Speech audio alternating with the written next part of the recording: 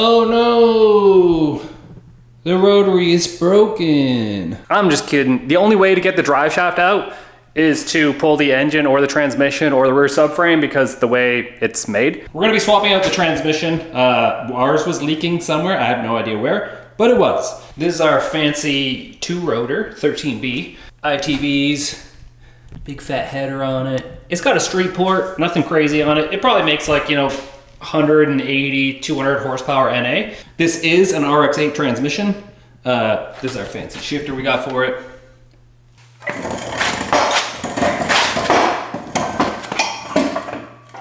I want to say that it's really fun pulling engines in and out, but it's not, especially on this car. Basically, the drive shaft has to go in as the engine's going in.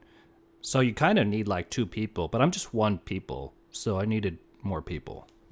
Whoa, engine's back in there. I am working on like aerodynamically making the front end a little bit better. If I had more time, I would totally make some like proper block off places for here. Red duct tape, gonna do fine.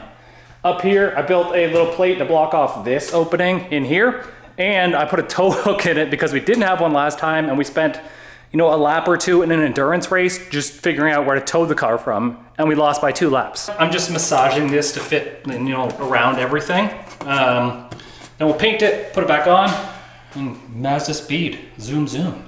Just looking at things like, what can I cut? Like technically our splitter is holding up the bumper now, which is held up with this piece. So technically this piece doesn't need to be there, and everything behind this hood pin doesn't need to be there. That's like, 2 pounds of metal. We can take that out. Adding 10 horsepower only makes you fast in the straights. So you can add as much horsepower as you want. You're slow in the corners, you're done. Losing 10 pounds out of the car makes you faster everywhere. So weight is actually pretty critical in something like this.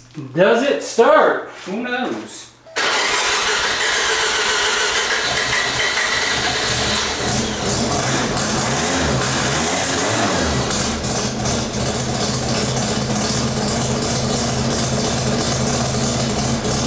That's a quiet road race. Okay, I'm recording.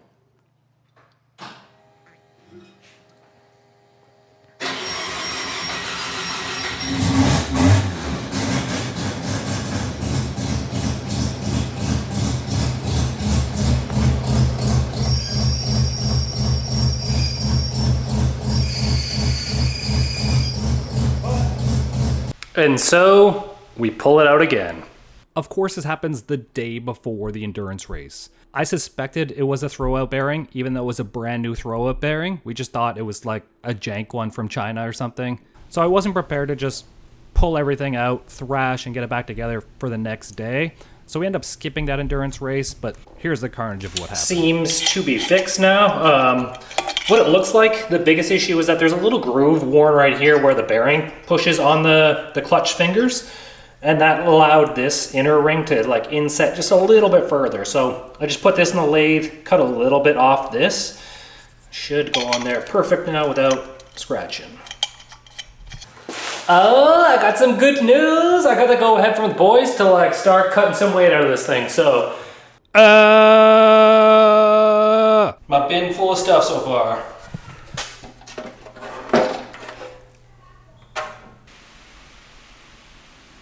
simple things like replacing this heavy 120 wall 1-inch tube with this 1/2-inch square piece, just to hold up our 2 oil coolers here. Easy weight savings.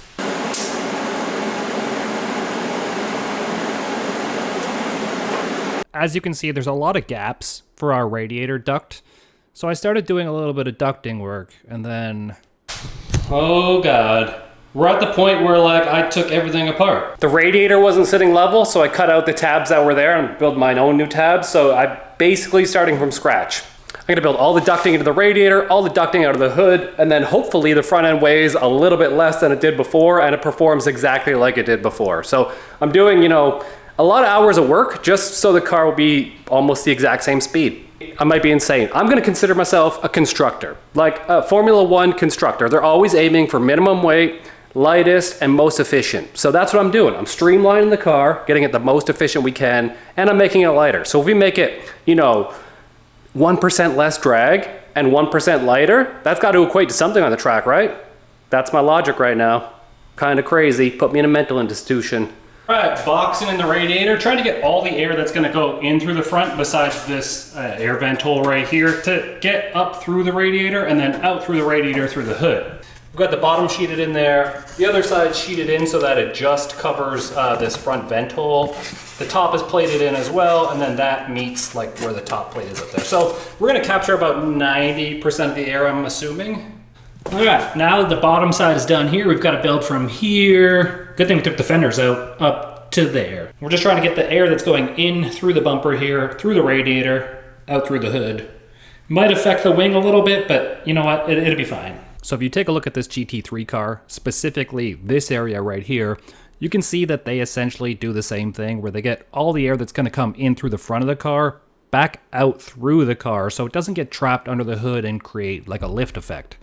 There's probably more science to it than me just thinking that's how it works, but because that's all I have, that's all we're gonna do. I don't have like the proper bender or the crimpers to make like 90-degree lips on everything, so I'm just gonna line it up and then tack weld it and hammer it in place and whatever. It's still gonna be pretty good, just not like... You know, just not like this one where they put like a 90-degree bend here on an angle. I can't do that. I don't have a machine to do that. And just like that, the edges did weld like garbage because there's like a coating or something on it. So I did tack weld most of it up. I am gonna seam seal it. I do need to make 2 little brackets for the front here. And then we're gonna put the engine in and realize that this hits the front of the engine because why not? Why wouldn't it? I'm gonna take everything off now, sand it down, paint it red at least just to get rid of the rust color, and then I can start putting everything back together. It's definitely red now, and I definitely painted some of my floor red too. I thought that was just gonna like scrape off. It didn't.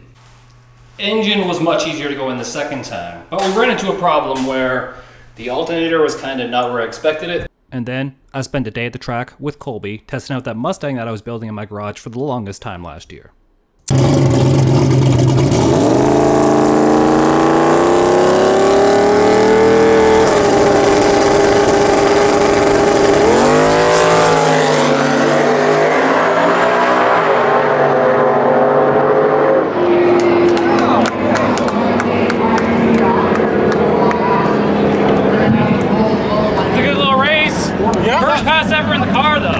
How was that?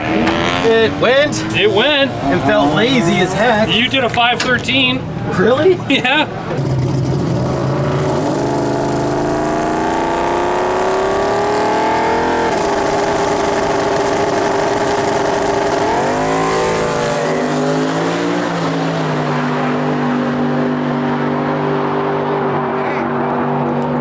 Told ya. 45 miles per hour. Told ya. 4s. That's impressive. Hell yeah. Anyways, I got some refound motivation from the track. I came home, I buckled down, I did a lot of work without actually filming anything, and I do that quite often. I kind of just get in the zone and I just start tinkering and I'm like, oh, I didn't film any of that.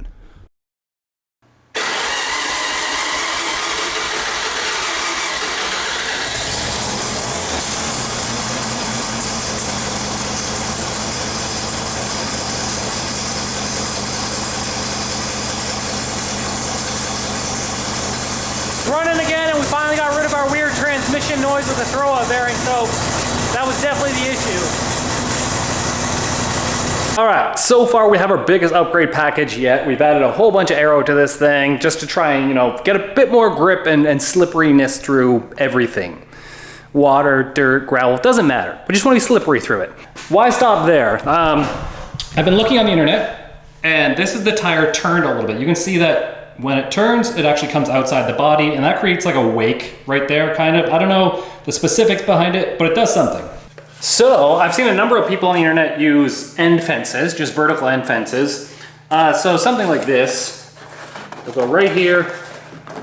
And what it does is just gonna bring the air here and then like not let the air take it and tumble it forward. It's gonna like go here and kind of go up and over and out of the tire, hopefully, in theory.